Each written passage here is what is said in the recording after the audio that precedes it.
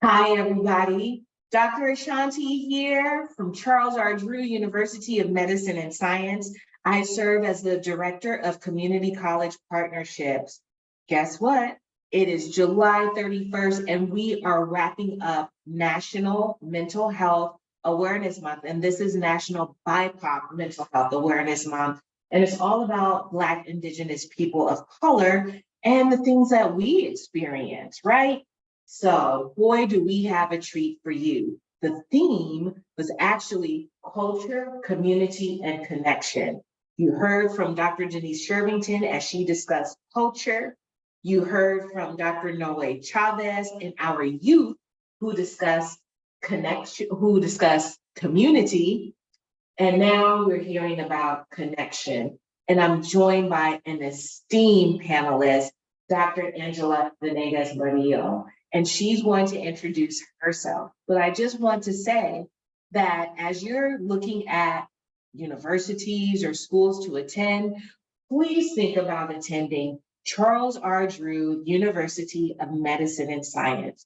We have great programs such as a Bachelor's of Science in Psychology.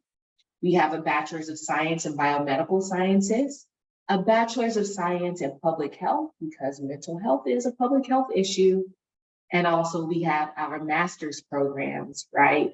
In public health and biomedical sciences, we have our great College of Nursing as well as the College of Medicine. So Charles R. Drew, our mission and vision is to live in a world without health disparities. So without further ado, I would like to turn it over to our esteemed panelist, Dr. Angela Venegas-Murillo. Take it away, Dr. A.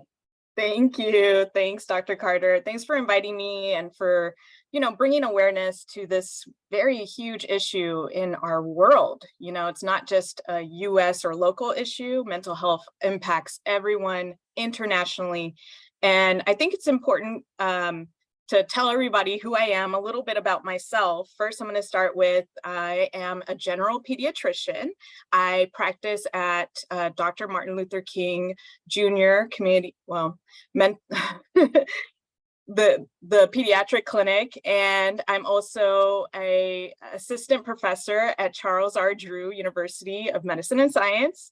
And as a researcher and assistant professor, I get to work on problems that come out of the community clinic setting, okay? So a lot of the issues that I'm dealing with are about how to address mental health and how mental health impacts your physical health. And the reason why I went into pediatrics is because I personally experienced a lot of stress and trauma throughout my life.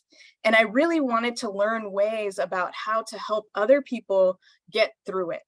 And I really want to share my personal story because I feel that my story may resonate with any of you and may also help guide you as far as how to cope and deal with some of the daily stressors that are in your lives. Now, I want to say that my story is unique, okay? And not everybody has gone through what I've gone through, okay? But I do feel that when you do share your story and you're able to talk about what you've gone through, it helps you kind of deal with the stress and the feelings and emotions that you went through at that time. And it helps you guide others who may be going through similar situations, but in different stages in their life, okay? So I am gonna share my story through a couple of slides and pictures because I feel like when we share our story through pictures, it brings it even closer to you, okay? So let me share my screen. And I like to call this my truth telling or my story of resilience. And I personally grew up in South Central Los Angeles. My parents are from Mexico. Both my parents came to the US in their 20s, and they met here in Los Angeles and had a family of 3. I'm the youngest of 3.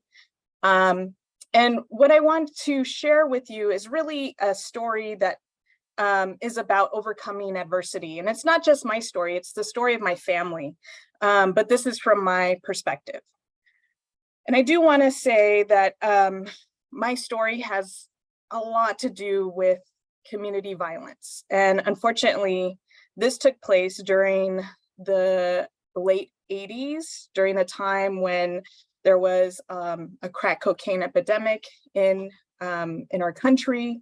And unfortunately, at that time, gun laws were loosened, and many in my community had physical encounters with community violence or gun violence.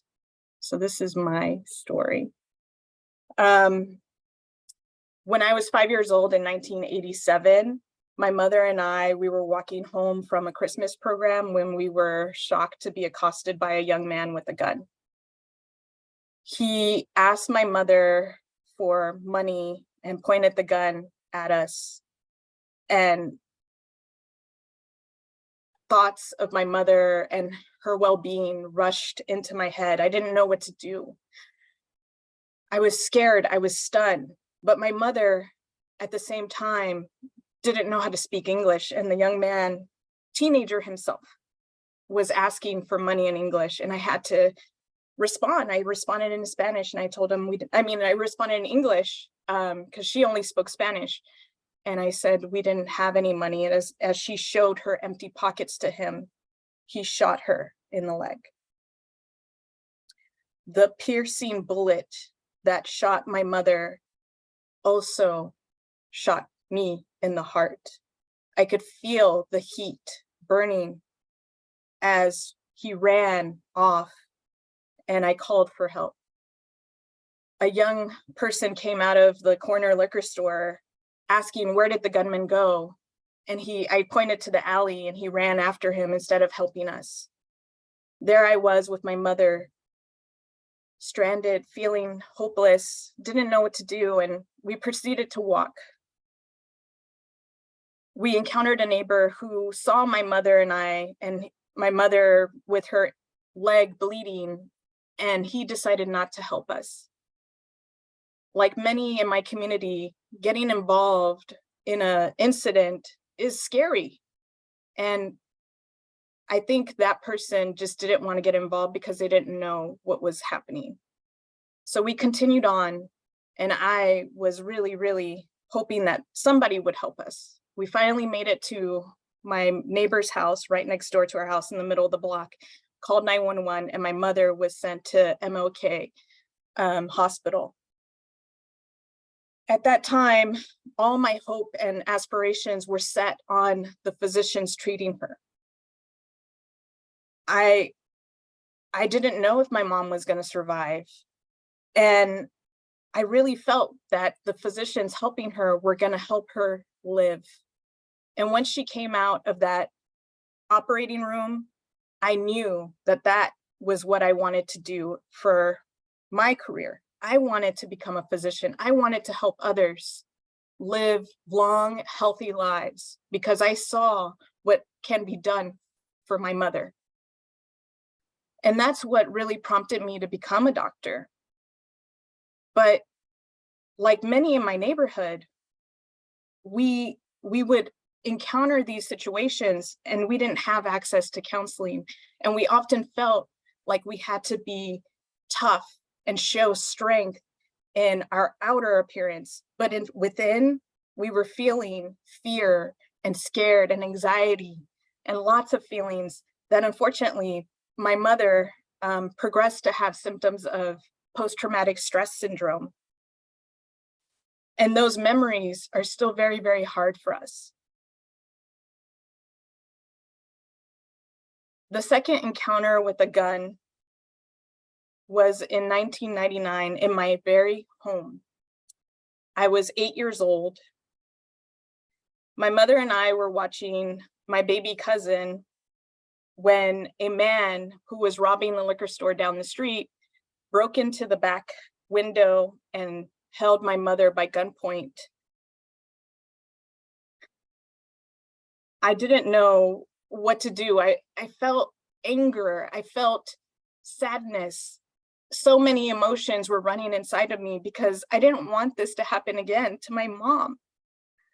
He said, I don't want to hurt you. I just want to get out.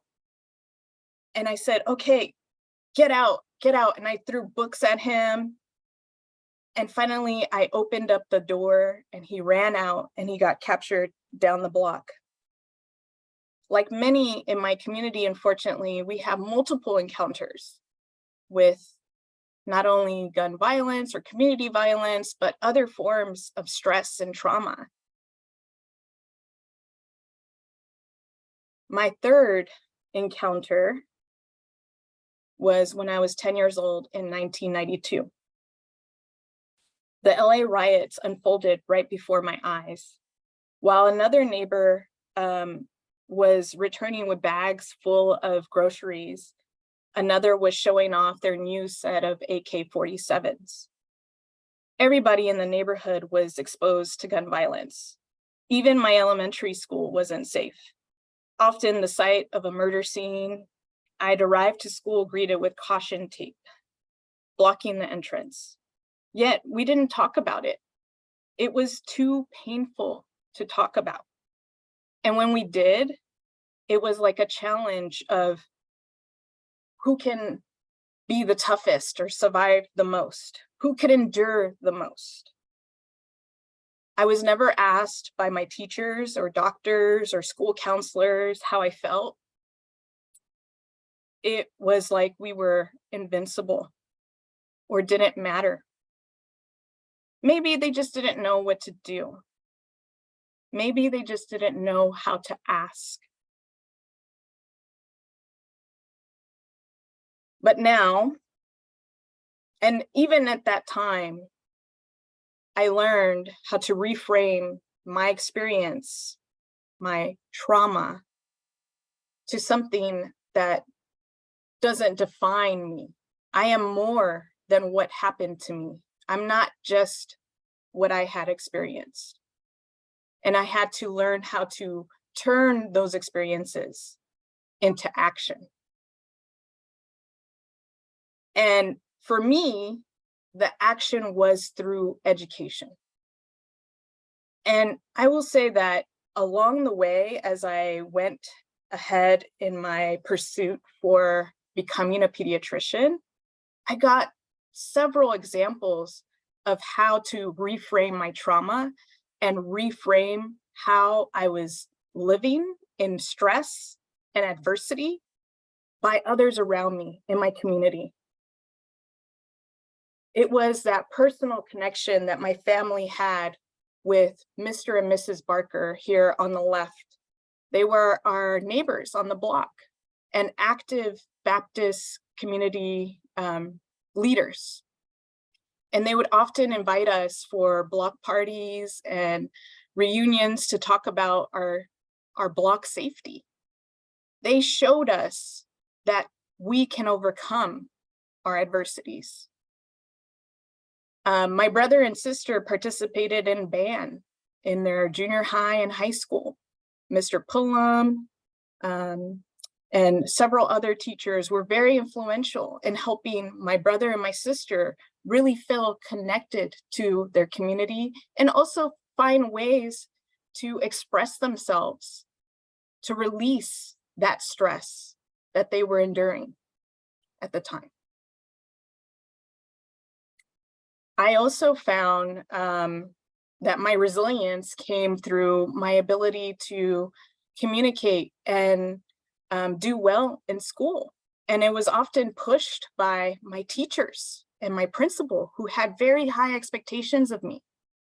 But not just me, everyone. But I really, really was captivated by that feeling of having high expectations of myself. And so I loved it and I pushed myself. And here I am on the top left at 10 years old being an MC for our Star Search competition. And on the left is our principal, Charles W. Barrett, who now the school's named after, giving me my diploma for my elementary school graduation. I also want to emphasize that my parents received a lot of support from a family friend that we call Grandma and Grandpa. And they took us in and they helped my parents adapt to living in the US. They themselves were Jewish, Hungarian immigrants, had connections to the Holocaust and knew what it was like to overcome adversity and also what the immigrant experience was like. And so they really helped my parents and my family as a whole find that connection within here in the US. And all of those experiences, all of those people that came into my life throughout my upbringing, even though I was going through those various types of adversities, helped me overcome, helped me become resilient. And this is my family, as I share these pictures, and my husband on the top right, with me at a protest, showing that there's ways for everyone to find action through their lived experiences. And so this is how I have formulated that action from my lived experiences. And I just want to touch on ways that we could kind of create these positive childhood experiences. And I think a lot of these points that I'm going to touch upon are important for children's mental health in general. So how do we create positive childhood experiences? And a lot of these are not just in the home, it's about society and how society could create positive childhood experiences. And one is obviously if we strengthen families' financial stability. Another is to promote social norms that protect against violence. So what does that mean? Really talking about parenting and how to talk to youth and how to get them to be able to talk about their feelings and emotions. Help kids have a good start. So really emphasizing on early education and childcare programs, teach healthy relationship skills. So how to communicate with each other. Another way of emphasizing that communication is so important in our youth's development, but also in their mental health. So how do we address conflict resolution? How do we address negative feelings and peer pressure and bullying and nonviolent dating relationships? Also, it's important to connect youth with activities with caring adults. Every young person needs a positive adult in their lives. And sometimes that positive adult can be in any setting. It could be at the doctor's office. It could be at school. It could be and should be in their home, right? And so we want to make sure that those positive relationships are throughout. And I definitely had that in my life. I also want to emphasize that it's also important to intervene when it's necessary to lessen the impact of adversity. So when a child goes through an extraneous situation or difficulty, it needs to be addressed and not just left alone or ignored, right? And so I feel that every person has this responsibility of taking their lived experiences and converting it into action that leads to healing. And the type of healing is mostly mental health healing. And this could be done in several ways. It could be done through an individual level or through a community level. And for an individual level, an example would be getting an education or becoming an expert in something. Also, self-care and forgiveness is a part of that action that leads to healing and expressing gratitude. At the community level, helping others is a way to have action that helps lead to healing. Improving the built environment. Maybe it's about planting more trees and increasing the green space, or advocating for more bike lanes or buses or ways to transport yourself out of the environment that you're in. Providing a service, protesting, petitioning, voting, lobbying for a cause, And the most important, in my perspective, is sharing your story with others, because sharing your story definitely helps others connect and may also help them feel motivated about taking their experiences into action that leads to healing. So my journey from childhood up until now has been to really emphasize that anybody can build their resilience, and anybody can really take those lived experiences and turn it into action. And so my goal through my work is to provide ways and education on how to improve your social emotional skills, which includes self-awareness in this circle, self-management, responsible decision-making, relationship skills, and social awareness, which are all fancy words for how to talk about your feelings, to really bring that into every setting. And right now, the setting that I'm most involved in is my clinical setting in the pediatric practice, and really talking about emotions and how emotions and your feelings impact your daily decisions about how you take care of yourself, both mentally and physically. So that's all I have. Wow, what a powerful story, Dr. Angela. Wow. I love what you stated when you talked about, because I remember the Watts riots. I'm older than you, so you were a little one when that happened. And I remember my parents, we had just moved to Palmdale, which is in the Antelope Valley.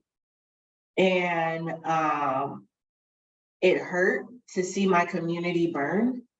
Mm. And you're right, because even though I lived in the Antelope Valley, I was still attending school in Los Angeles. And no, I don't remember any of my teachers asking if we were okay. I don't remember that at all.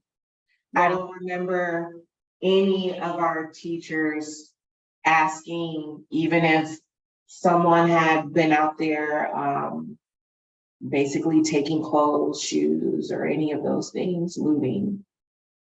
I don't remember that at all. And you stated in the community, it was like people were just expected to be tough. It's almost like because history has a way of repeating itself. So being strong women of color, right? We can take all of this on. We have the shoulders of Atlas, right? Yes. We can take on everything. Oh, well, she got it. She's okay. Well, no, we don't have it. We're not okay. And another thing that I really liked when you said education was your escape. It was a way for you to really find your voice. And there are a lot of young people. We hosted an event today for high school students who are duly enrolled. They attend Dominguez High School and also Compton College. Hey, Compton. And they talked about education being their refuge. Yeah. Right? So everything that you said, Dr. Angela, it's so true. And as we talk more about the role that adults play and the things that we need, because we had a conversation last week with young people who said, you know what, with you adults, the way some of you guys do things, no, we don't want that. Right. We don't want the meetings. We don't want the, oh, you guys are so sensitive and oh, this is the way we did it. No. We want people just like setting a good example for us. Right. Mentoring us. So thank you for that. So everybody out in the audience, please use the Q&A box to ask Dr. Angela questions. So we have someone who is anonymous. They were giving you hand claps and the high fives, the praise hands, and all of that. So thank you. But I wanted to ask, why did you get into pediatrics? Yeah, so pediatrics for me was the greatest avenue to really get to families as a whole. Parents are motivated because of their children's health. They want the best for their kids. The way that I felt that I could make the most impact on a family and their overall health was through children. And so pediatrics, in our practice, it's all about prevention. We see kids from 0 to generally 18, but can be up to 21 to 25. But generally we do try to transition them out as they become adults. But our main role is to guide. And I felt like that was my calling, to guide.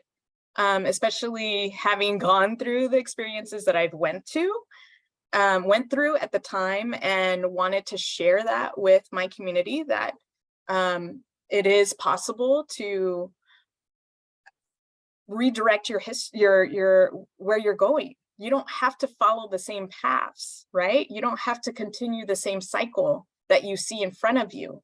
And unfortunately, and I'm not saying that crime is, for some people, they have to resort to crime because out of necessity, right? And so we have to come to that realization that people are doing it out of necessity, and they're in a place where they don't have many options. But I'm trying to say that their options can be created if you're giving the opportunity. And so we have to give those opportunities. And so the only way we could do that is by raising our voice and advocating and lobbying and telling our politicians that we need more resources in this community, right? And who's best to do that? The people who live within the same community. Outsiders don't know what you've gone through. And so if you could tell your story, and I really mean by sharing your story, it makes a bigger impact on a person's perspective of what it was like living in your community. It will make a difference. You're right. You're absolutely, you see me nodding. Yes, you're right. I was muted because it's like, okay, I can't snap, you know, but you're absolutely right. And also what you stated, Dr. Angela, just telling your story, people think, oh, she's a doctor. She has it all together. Her life is so perfect. And a lot of times in society, we see the end result. Right. We don't see the struggle to get there, right? We don't see the test and the testimony. We just see, oh my goodness, the celebration and everything else, right? So I think that's amazing. And I commend you for sharing your story. So I want to shift gears and really look at peds, right? Pediatrics and mental health. So as you know, COVID-19, it uncovered mental health challenges in adults and even in children. And we know that the signs and symptoms of mental health challenges, of course, it varies, you know, between adults and children. But can you tell us just some things that we need to watch out for as we're looking at the kiddos and even the teenagers who may be in mental distress? Yeah, so children obviously communicate about their feelings and emotions in a different way than adults. They don't necessarily have the words to say everything that they're feeling, especially young children. They're not able to communicate, and we're teaching them how to communicate. And so often they show their emotions through their behavior. And so there's different types of behavior. And I will say that this type of behavior is also found in adolescence as well.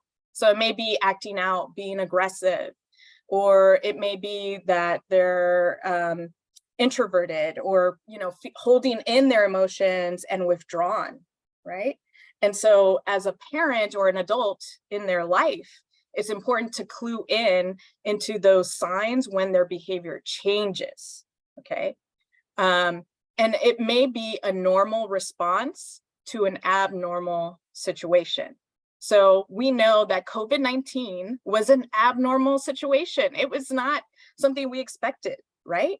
And so what happened was that unfortunately a lot of people took in that abnormal experience of having to be isolated in the pandemic, and really took those emotions either inward or outward, right?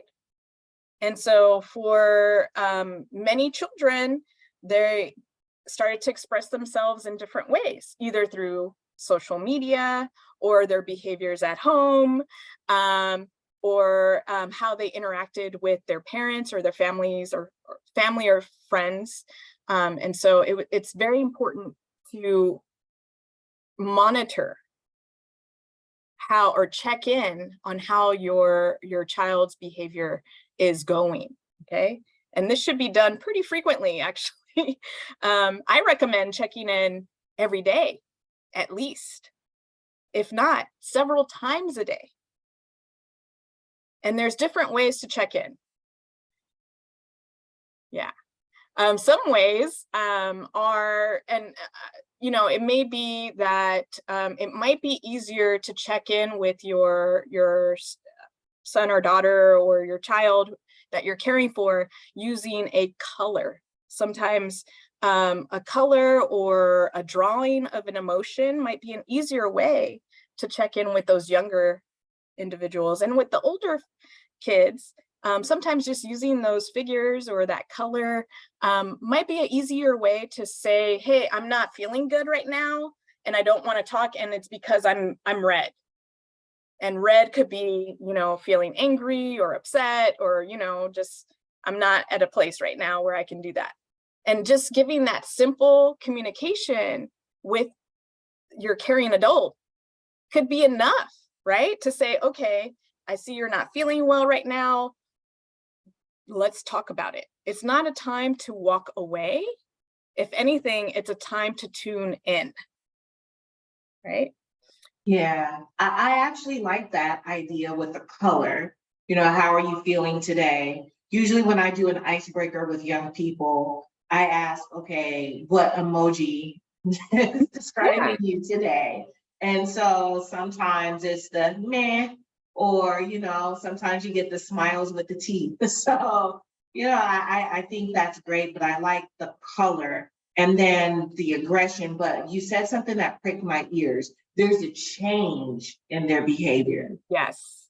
So we have to be in tune with how our youngsters are behaving. And if there's a change, that's when we need to lean in a little bit closer. I like that, Dr. Angela. Yep. So looking at just staying on this topic of peds and mental health. So COVID-19, as you know, we weren't able to go to the doctor for a long time to see our PCP, our primary care physician. So now we're coming out of COVID. Y'all, COVID is still alive and well, so don't think. So still mask up, wash your hands, all of that good stuff, stay physically distanced. But some parents, I know, they still have to get their children vaccinated, you know, of course, they go back to school, but how can we re-engage with our primary care physicians, especially our pediatricians? How can we do that? Yeah, I think for a lot of parents, sometimes it's about demystifying the fears, right? And it's about really talking about the truth. And the truth is, most doctors just want the best for you and your family. They're not trying to work against you. It's not like some evil plot of we need to just get you fully vaccinated. If anything, they're willing to work with you, right? And they really want to hear your concerns and your thoughts. And so I really want to emphasize that parents and family members should not be scared to go to their doctors to ask those questions, those hard questions that they may be Googling, right? It's okay to ask your doctor those questions. No matter if you think it's silly or not, right? They're valid questions and they need to be addressed. And that's what we're there for. We're there to answer every question that you may have, and we'll look it up ourselves, but using a a website that has validated information that has been proven by science. There you go. Yes, y'all. Stay away from Dr. Google and Uncle and Auntie Facebook, please. Do not get your medical information from there. So please talk to your doctor. But yes, Dr. Angela, you are absolutely right. I agree. Doctors are not there to work against us. And I think that's why it's so important that we have, just with diversity within the health professions field. So you guys do your homework on your doctors, feel comfortable, right? Ask those questions. And if the doctor isn't giving you the answers to those questions, you can always get another one, right? Yeah. Same thing with any other profession. Right. You don't like the service, hey, go and get another one. So let's shift gears.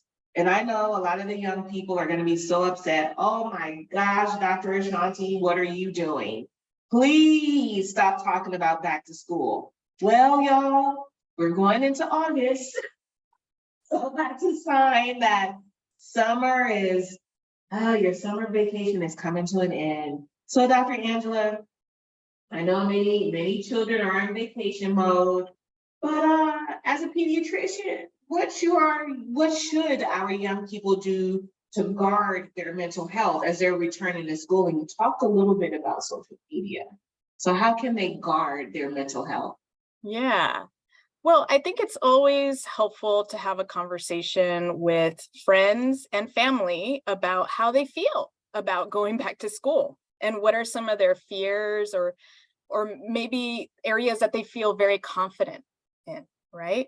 And it's really important to highlight the positive experiences that you have in school, right? Many times it's about reuniting with your friends or, getting the opportunity to do something that you never got to do before, that could lead to your potential career. And so there's a lot of positive things, but obviously we're very, very concerned about the negative things that could happen, right? And sometimes it may be last year during the school year, there was somebody bullying you, or you were in a relationship and you don't know how you feel about going back to school with that person that you were in a relationship with, and things ended and whatnot. And so it's important to have those conversations with somebody you trust. Okay. And sometimes it's not the parent. Sometimes it's a person outside of the immediate family. Sometimes it's an aunt, uncle. Sometimes it's a close family friend or a friend that you have that has gone through something similar. So it's important to have those conversations and talk about those experiences in order to understand how to navigate it, right? And I'm going to just add with social media, it is important to really think about how you view things on social media.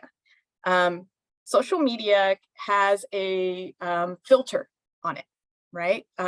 When we're using social media, and this is including for adults, kids and adults, we often see things that people want us to see, right? And so some people are very open and share everything about their lives, and some people are very shelter and they don't share anything at all. And some people share only the good things, or they only share the bad things. And so we have to understand what people are sharing and where they're coming in order to know how to process that information, right? And so, and really reflect on yourself and what you want to share, right? And the reasons why you're doing it. And so even doing a self check-in before you go online is helpful. Am I using my social media because I want to feel better about myself? Am I using the social media because I want to talk bad about someone? Am I using social media because I feel so sad and I want to find somebody who feels the same way I feel? And so I'm not saying that social media is bad in in its entirety, but we have to check in with ourselves to understand why we're using it and have that caution and that filter, right, of who we're interacting with on social media. Once we put out that message, it doesn't go away. It's there forever, right? And so whatever message you're putting out is gonna stay in the internet. And so we have to be really cautious about what we're sharing with other people. Absolutely, because colleges and employers look at that as well. But you said something that pricked my ears about the social media, which is why.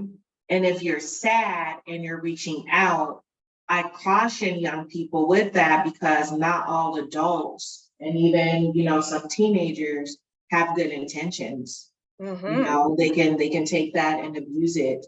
So, to follow up with that, we talked about how young people can guard their mental health, but how can we as responsible adults help them through that process?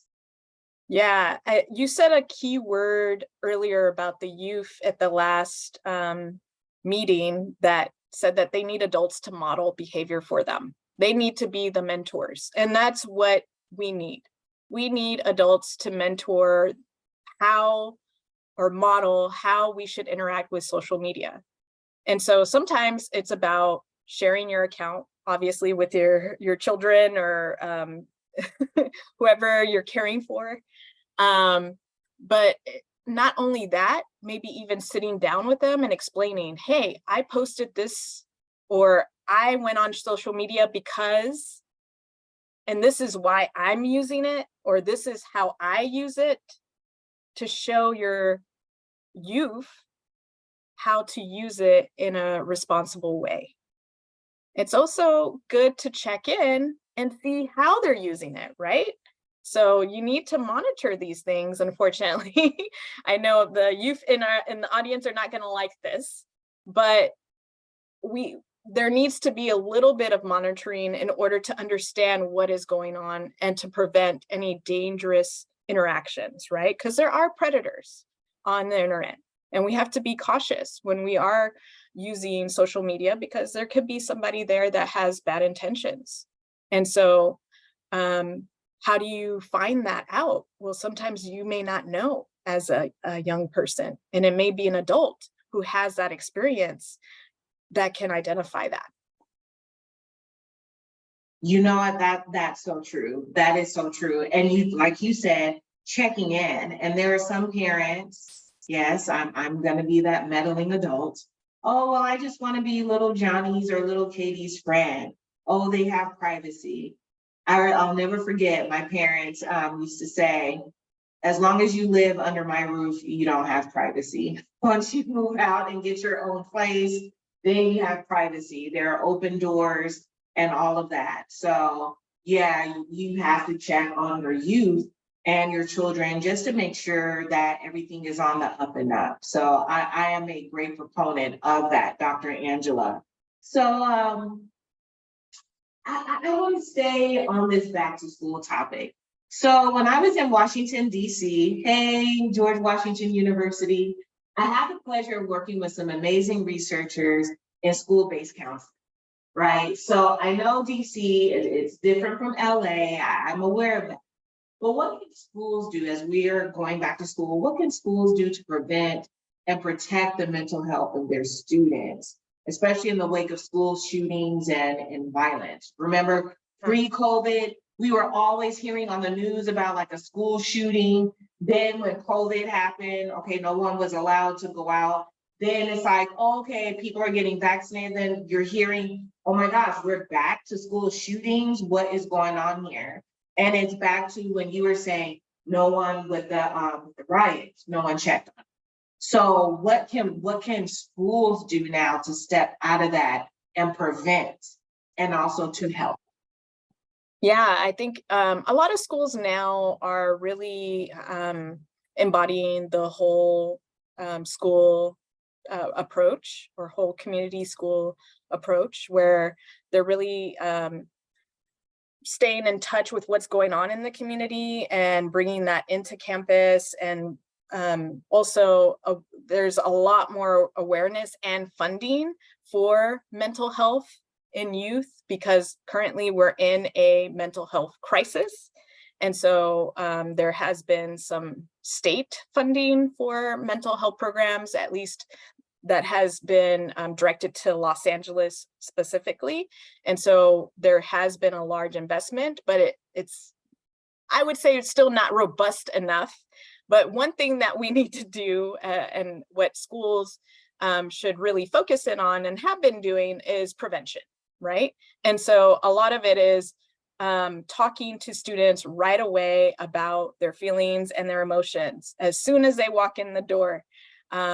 It's about teachers checking in. It's about our counselors checking in, but also just our staff that help guide us throughout our day. It may be that school lunch person who's serving food to you that might be your positive role model, or somebody that brings a smile to your face that you love interacting with. So all people in the school and in the community need to bring that positive role modeling presence into the school community to really help youth feel like they have a place to talk about their emotions and their feelings to prevent it from escalating, right? Yes, yeah.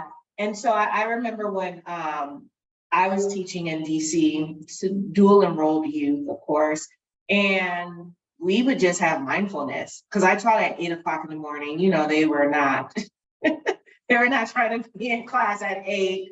So with me, I'm pretty high energy, as folks can tell. So I just knew it was like, okay, now let's turn the energy way up. So, you know, we're setting the tone. I'm the first person that they're seeing outside of their home. I don't know what happened to them when they were getting dressed this morning. I don't know if they were getting fussed at or whatever, but coming into this classroom, this is their space, their safe space. We would do mindfulness. So mindfulness, you guys, if you don't know what it is, it's just listening to sounds, different noises, from beach waves crashing to humpback whales singing. We would do all of that. We would look at butterflies fluttering. And I would always tell them this was a safe space. So at the end of the semester, we're talking and everything. And so the supervisor, she walks in and she asked, well, hey, what did you guys really like about Dr. Carter's class? Do you know, you guys, they said, oh my gosh, I like the mindfulness. And so I thought, really, you guys didn't think that was corny? Just like looking at butterflies and listening to humpback whales singing. They said, no, Dr. Carter, because sometimes I would come in with a bad attitude, but I would see you with your coffee cup, like a big smile, and yeah, this is what we're gonna do. And they said, you know, I would leave so happy. And my tagline at the end was, have a powerful day. And it was just like, yeah, I would leave like, I'm going to have a powerful day. And that's just something, just even with teachers being trained, something as simple as that. Right, Dr. Angela? Right, yes. And it embodies that reframing that I was talking about in my earlier talk about reframing your lived experience. It may be that morning into something positive, right? And so it's a continual practice of reframing your thoughts, your presence, your behaviors into something that you're comfortable with. Mm-hmm. Absolutely, absolutely. So I would say for the teachers, lobby and advocate for yourselves to get some of the funds so that you can get your mental health checked on, because it is hard. You know, it's very draining doing that work. Even for the counselors, there was a school in DC, they had therapists, but it wasn't for the students, it was for staff. That's what the therapists were for. So don't be ashamed. So now I want to turn our conversation for these last 10 minutes just with the theme of connection, just making connections. So you stated, I'll never forget, you said, oh, well, with pediatricians, we see youngsters up to the age of 18, even 21. Okay, so how can teenagers, right? Because you guys are the pediatricians, how can they develop their own relationship with you guys as pediatricians as they're making that health transition? How can they do that with Yeah, so we try to facilitate it a little bit in our practice. So at 12 years old, we start to have time alone without the parent in the clinic room, in our clinic visit with the patient by themselves. So 12 and up, you are seen by yourself for at least a couple of minutes by your pediatrician. And during those couple of minutes, we talk about your home life. We talk about what things you like to do for fun, how school's going, but we also ask those hard questions. We ask about alcohol and drug use. We also ask about your sexual preference, if you are identifying a certain way, if you are attracted to someone in a certain way, or if you're sexually active. So those are the questions that we ask, and we ask them as early as 12 years old because you have a right. You have a right to care without your parent.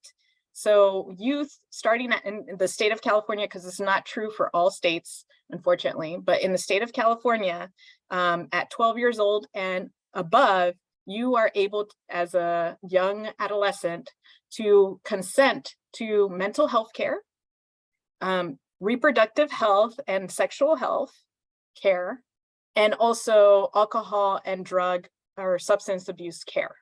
So you have access to all of those types of care without a parent or guardian. Now, for the other types of care that are health related, unfortunately, you do need a parent to be present to consent to that type of care. Like what?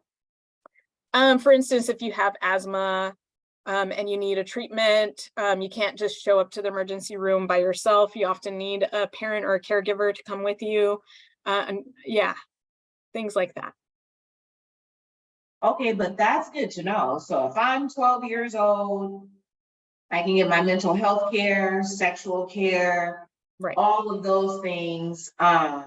That's great. Oh my goodness. Yeah, So I do want to say, say, sorry, I do want to make go ahead. sure people know if it's an emergency, obviously you would get care before a parent were to show up, but you have to get the parent's consent along as they're getting care in the emergency room. So I just want to make sure that people know you'll get care, but Yeah, it will be yeah. with the parent permission or consent. Okay, but with the mental health, I don't need that. No, you don't. Okay, so let's say, hypothetically, a patient says, you know what, Dr. Venegas-Murillo, I've been feeling anxious. When I'm in class, I feel jittery, and it's like everything that I learn, it goes whoop, out of my head, and sometimes I feel sad.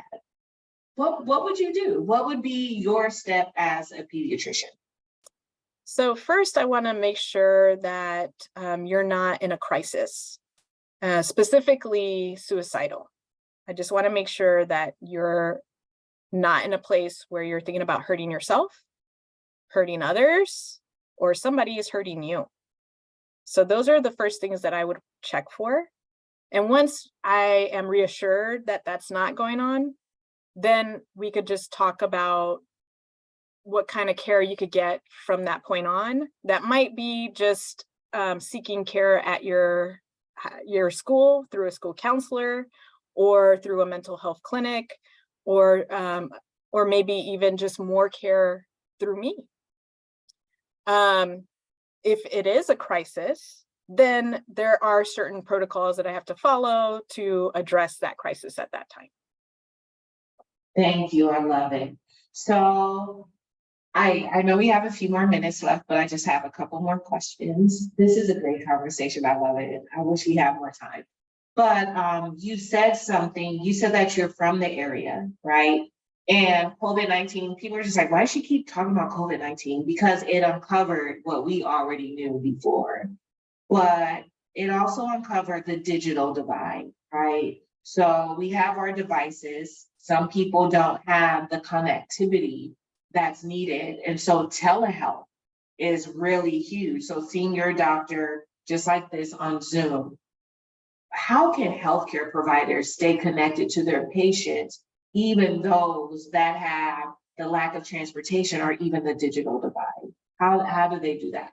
Yeah, so I think CDU has been trying to address this issue for a long time through mobile health clinics. So they have a mobile health van that goes to various areas and even churches, outside of community organizations, and in the homeless encampments in those areas. They try to reach out to those communities that we know have limited access to healthcare. So that's just one way. Another way is to really speak up about the need to connect with the community. And sometimes it's about doctors going to those community organizations and hosting sessions like this, webinars, and talking to the community directly, or going to where they live or interact, or their church, and doing a session in person. Wow, I really like that. That's some of the work that we did in Washington, D.C. So thank you for that. So as we close this conversation, I like to always close with some words of wisdom. So what should every parent be aware of as it relates to their child's mental health? Yeah. So I think every parent needs to work on listening to themselves and checking in with themselves before they respond to their child and their child's behavior, response, verbal response. I think that is, it's sort of like mindful parenting. Um, I'm using that phrase right now.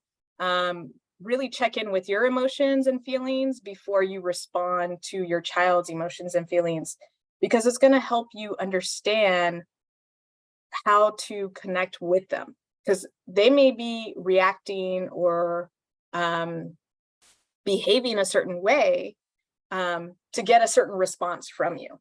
But if you don't give them that response and you change how you respond, and instead of yelling or actually pushing them away, you get closer and try to understand where they're coming from. Why? What is it that's making you feel this way? How can I help you not feel this way? How can we work together to help us feel better?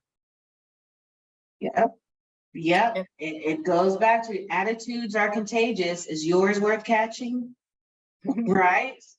So that's the same way with parenting. Yeah, and just especially when one is angry, being careful because words hurt.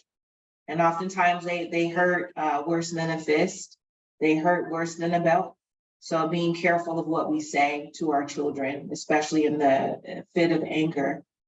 So the last question is, what should our kids be aware of with regard to their mental health? What should Yeah, they be aware of? right. So I think the most important thing that children need to realize is that they have the tools to help their feelings, um, I guess, be regulated or calm down or cope with their feelings. So they have the tools right in front of them. Okay.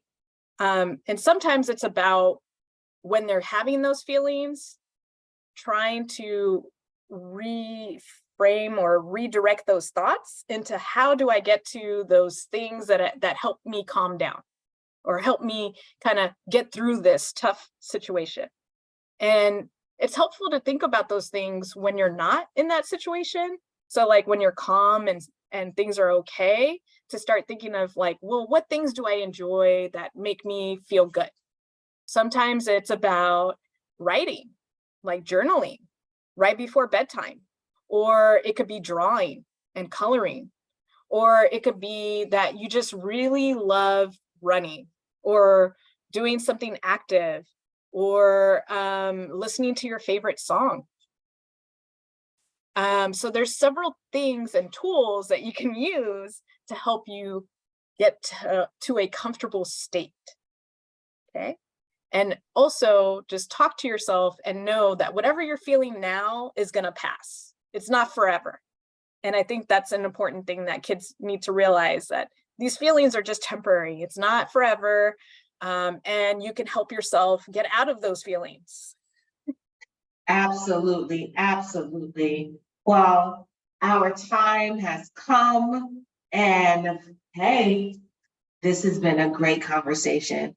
Dr. Angela, thank you so much for coming into the Lion's Den and just sharing your words of wisdom and your expertise and your story, your powerful story about just connection and maintaining that connection to our communities. And thank you for just putting it together in a bow as we end out National BIPOC Mental Health Awareness Month. And thank you all for joining us in Facebook land, IG land, YouTube land, and of course, our partners at blackdoctor.org and Salute. So thank you so much. So Dr. Venegas, stay on, and everyone else, thank you. I'm going to go ahead and close out. Thank you.